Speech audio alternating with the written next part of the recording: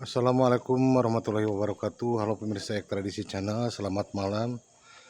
Di video kali ini pemirsa kami akan menceritakan kisah nyata misteri yang dialami seorang narasumber yang kami privasikan namanya dan juga tempatnya yang bernama Yono pemirsa. Dan kejadiannya sudah sangat lama sekali, sekitar 20 tahun yang lalu pemirsa. Karena ini menyangkut dengan martabat keluarga Yono sendiri pemirsa. Namun sebelum ke ceritanya, kami mengucapkan selamat berbuka puasa dan selamat menjalankan puasa kembali nanti besok. Ini kami sekarang jam 9 malam pemirsa, kami akan menceritakan dan akan mendatangi tempat yang cukup angker pemirsa.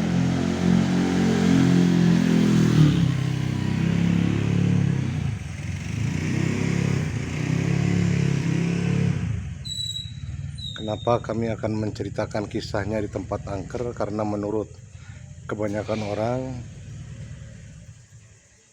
di bulan puasa itu tidak akan ada yang namanya setan atau juri katanya pemirsa, karena di bulan puasa katanya dirangket pemirsa, wallahu alam bisawab pemirsa. Nah, kita sekarang berjalan ke sana pemirsa. Jadi cerita ini pemirsa, kejadiannya sudah hampir 10 tahun lebih pemirsa, dan Yono menceritakan ini privasi juga pemirsa. Jadi kami nama, tempat, dan serta lokasinya akan kami privasikan pemirsa, karena berhubungan dengan martabat atau harga diri keluarga sendiri pemirsa. Jadi ceritanya pemirsa, Yono waktu itu sekitar usia 27 tahun pemirsa kejadiannya. Jadi kejadiannya saat Yono berusia 27 tahun pemirsa. Waktu itu Yono belum menikah pemirsa, dan yang namanya di kampung pemirsa, rumah itu atau dapur itu tidak atau berjauhan. Lokasi dapur dengan rumah itu sangat berjauhan pemirsa, maksudnya sangat berjauhan. Jadi dapur itu kalau zaman dulu ada di belakang rumah, dan yang terbuat kebanyakan waktu itu dapur itu terbuat dari bambu pemirsa, bambu yang dianyam atau zaman sekarang namanya bilik pemirsa. Jadi waktu itu pemirsa sekitar jam 1 dini hari katanya pemirsa, Yono itu akan ke dapur pemirsa. Jadi istilahnya Yono itu mau mengambil minyak untuk diurut sama temannya pemirsa katanya. Jadi ada minyak goreng di dapur, jadi Yono terpaksa jam 1 dini hari itu Yono masuk ke dapur yang terbuat dari kayu dan juga bambu pemirsa. Nah, jadi zaman dulu itu katanya belum ada yang namanya listrik pemirsa. Yono itu ke dapur, dan saat Yono berada di dapur tiba-tiba ada suara nyegrok.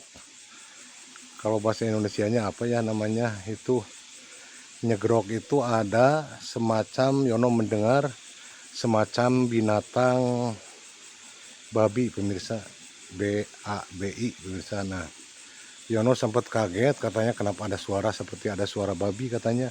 Namun tiba-tiba pemirsa, si binatang tersebut menubruk ke kaki Yono pemirsa. Jadi ternyata benar, dan terus Yono spontan memegang si tubuh babi tersebut pemirsa, memegang telinganya si babi, padahal itu gelap pemirsa. Namun Yono spontan memegang si kepala babi dan telinganya. Nah, saat itu si babinya itu berontak pemirsa, ingin melepaskan diri sambil mengeluarkan suara seperti menjerit-jerit begitu pemirsa. Namun Yono spontan lagi inisiatif untuk menginjak kakinya, dan kakinya diinjak sekeras-kerasnya sama Yono sampai kedengaran si kaki hewan itu potong pemirsa. Namun meskipun si kakinya sudah potong seperti itu, si binatang itu terus meronta-ronta, dan akhirnya si binatang tersebut lepas pemirsa. Lepas dari pegangan Yono. karena Yono hanya memegang telinganya sambil menginjak kakinya sampai potong. Nah pemirsa, jadi si binatang itu langsung menerobos lagi keluar dari dapur tersebut lewat menobrak itu apa namanya, bambu. Jadi si bilik bambu. Maaf pemirsa, terganggu, ada motor yang lewat. Lalu Yono pun kembali masuk ke tengah rumah ke temannya yang akan memijitnya dan mengatakan hal itu. Lalu temannya dan Yono berinisiatif masuk lagi ke dapur. Ternyata benar pemirsa, ada dinding dari bilik atau dari kayu tobros pemirsa, atau bolong karena diseruduk si binatang tersebut pemirsa. Nah singkat cerita pemirsa, yang menjadi aneh, keesokan harinya Yono didatangi pamannya sendiri pemirsa, sebut saja namanya Pak Haji Sueb. Pak Haji Sueb, mohon maaf ini bukan nama sebenarnya tapi nama samaran pemirsa, dan beliau sekarang sudah tidak ada atau sudah meninggal dunia pemirsa. Mudah-mudahan arwahnya diterima di sisi Allah Subhanahu wa taala, diampuni segala dosa-dosanya. Dan Pak Haji Sueb itu tiba-tiba datang kepada Yono dan meminta dipijitkan kakinya sama Yono. Sedangkan Yono bukanlah pemijit. Yono sendiri kalau pegal-pegal atau sakit kaki pasti menyuruh temannya yang bisa mijit. Nah saat itu juga Yono berinisiatif menyuruh pamannya itu atau Pak Haji Sueb itu menyuruh agar datang ke rumah temannya Yono yang bisa mijit. Namun Pak Haji Sueb atau pamannya tersebut tetap ingin dipijit sama Yono. Nah dan kebetulan sekali pemirsa, saat datang ke rumah Yono, Pak Haji itu kakinya apa namanya, seperti pincang begitu pemirsa. Jadi kalau bahasa Sunda mah ingkad-ingkadan pemirsa. Tahu ingkad-ingkadan? Kalau bahasa Indonesianya kami tidak tahu, namun seperti pincang begitulah pemirsa. Jadi Pak Haji Sueb itu datang ke rumah Yono dengan kaki yang seperti ingkad-ingkadan pemirsa. Jadi kayak yang tinggi sebelah. Kami ke belah sini lagi pemirsa. Namun pemirsa, pamannya Yono atau Pak Haji Sueb itu kekeh pingin dipijit sama Yono, karena kata Pak Haji Suebnya yang bisa menyembuhkan sakit di kakinya atau ingkad-ingkadan di kakinya hanyalah Yono yang bisa menyembuhkannya. Yono semakin bingung dengan pernyataan dari pamannya tersebut. Yono di sana bingung, kenapa Mang, kata Yono, kenapa pengen dipijit sama aku sedangkan aku sendiri tidak bisa mijit Mang. Namun Pak Haji Sueb atau pamannya tersebut kekeh pengen dipijit sama Yono karena Yono yang bisa menyembuhkan ingkad-ingkadan suku atau kakinya Pak Haji Sueb. Dan Pak Haji Sueb terus memaksa Yono untuk mengurut kakinya Pak Haji Sueb. Meskipun tidak bisa, katanya terus lakukan saja, mengurut asal saja katanya, yang penting kakinya Pak Haji Sueb itu dipegang atau diurut sama Yono. Bahkan pemirsa, Pak Haji Sueb itu sampai merayu-rayu sama Yono supaya Yono mau melakukan atau memijit atau menyembuhkan kakinya Haji Sueb yang memang ingkad-ingkadan seperti pincang pemirsa. Bahkan Pak Haji Sueb itu menawarkan uang kepada Yono asal mau atau bisa menyembuhkan kakinya Pak Haji Sueb.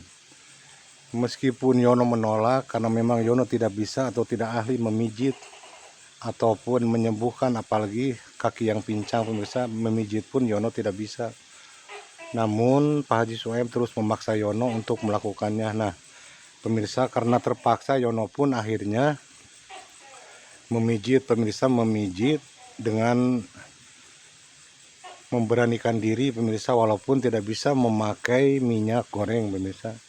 Namun kata Pak Haji Sueb juga menyarankan jangan membaca apapun, jangan membaca ayat-ayat Al-Quran, kata Pak Haji Sueb. Di situ Yono merasa kaget kenapa pamannya itu menyarankan untuk tidak membaca ayat Al-Quran saat memijit. Pak Haji Sueb. Dan Yono pun mengiyakan keinginan atau saran dari Pak Haji Sueb atau pamannya tersebut pemirsa, dan Yono pun langsung memegang, mengurut. Dan anehnya pemirsa, Yono dalam hati tiba-tiba membacakan kalimat Bismillahirrohmanirrohim, padahal di dalam hati pemirsa tidak diucapkan langsung atau tidak terdengar sama Pak Haji Suebnya. Dan saat Yono membacakan ayat itu atau bismillah itu, tiba-tiba Yono merasakan kaki yang dipegang Yono itu, kakinya Pak Haji Sueb itu seperti berbulu yang sangat keras pemirsa. Dan disitulah Yono ingat seperti memegang si binatang atau babi yang semalam dipegang di dapurnya Yono pemirsa. Nah di situ Yono sambil terus tidak tidak mempedulikan bulu-bulu kaki yang ada di kakinya Pak Haji Sueb pemirsa. Dan saat Yono melihat ke arah kakinya, ternyata benar pemirsa, kakinya Pak Haji Sueb itu persis dengan kaki binatang yang semalam datang ke dapurnya atau yang diinjak kakinya sama Yono pemirsa. Disitulah Yono tersadar bahwa semalaman atau binatang tersebut yang dipegang, yang hampir ditangkap sama Yono, yang kakinya diinjak sama Yono, itu adalah jelmaan atau pamannya yang melakukan atau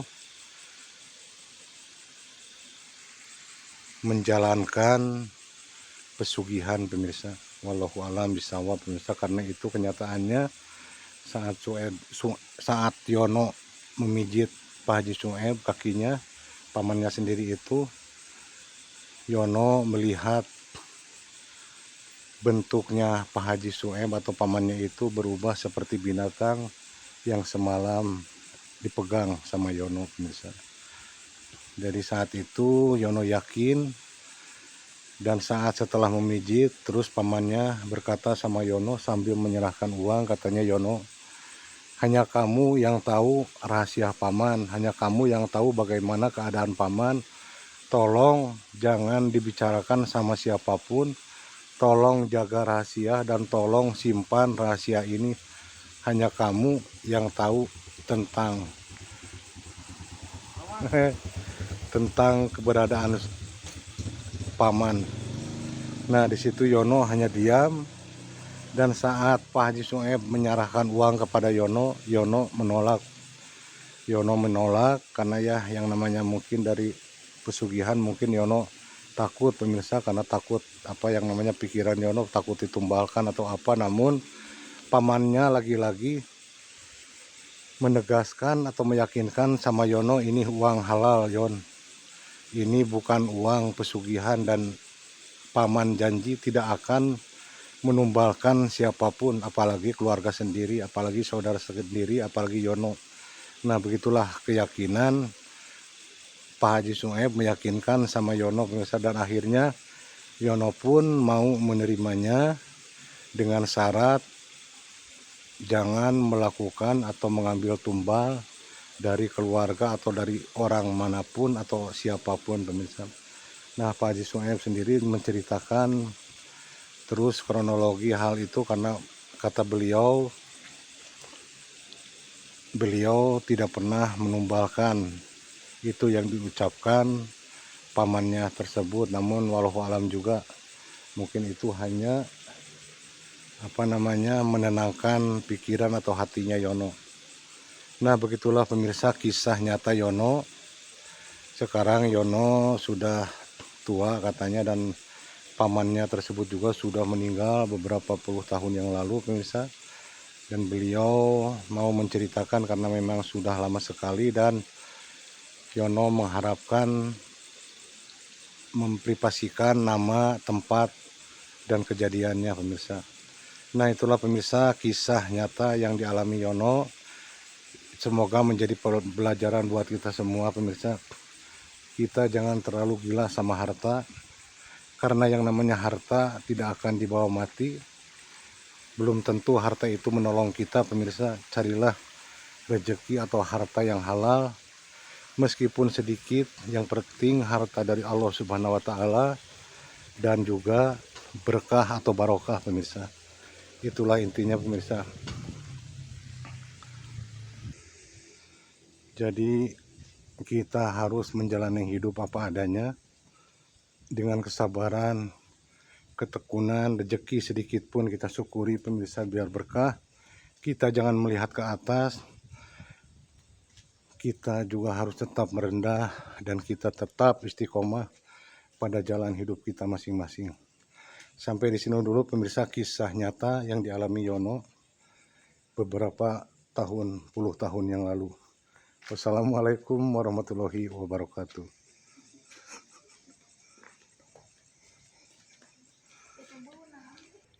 Sampai bertemu kembali pemirsa di kisah-kisah nyata berikutnya, karena kami hanya memposting atau menceritakan kisah nyata pemirsa dan bukan rekayasa pemirsa. Tuh malam ini sangat mencekam sekali, bulan pun terlihat merah pemirsa. Kami di sini ditemani Iyok. Tuh pemirsa, Miss Iyok yang selalu setia menemani. Nah pemirsa, jangan lupa dukung terus channel kami dengan cara like, komen, dan juga subscribe biar channel kami bisa berkembang, dan kami doakan siapapun yang selalu support dan mendukung channel kami doakan sehat selalu, murah rezeki dan panjang umurnya. Amin ya Allah ya Rabbal Alamin.